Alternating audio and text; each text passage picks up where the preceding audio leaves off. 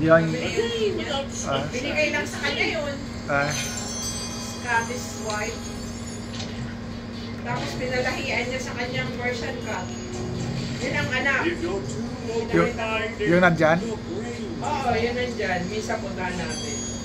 Pure sana. Sabi ko palahian niya sa Turkish.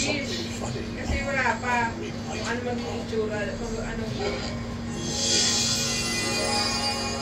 Kawawa din siya na.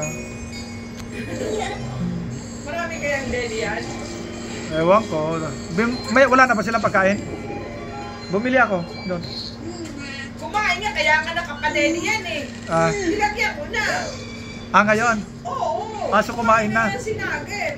Gutom na gutom yan. Matagal na ba silang walang pagkain? Oo. Anong oras? 2 days? 3 days? Ay, ala.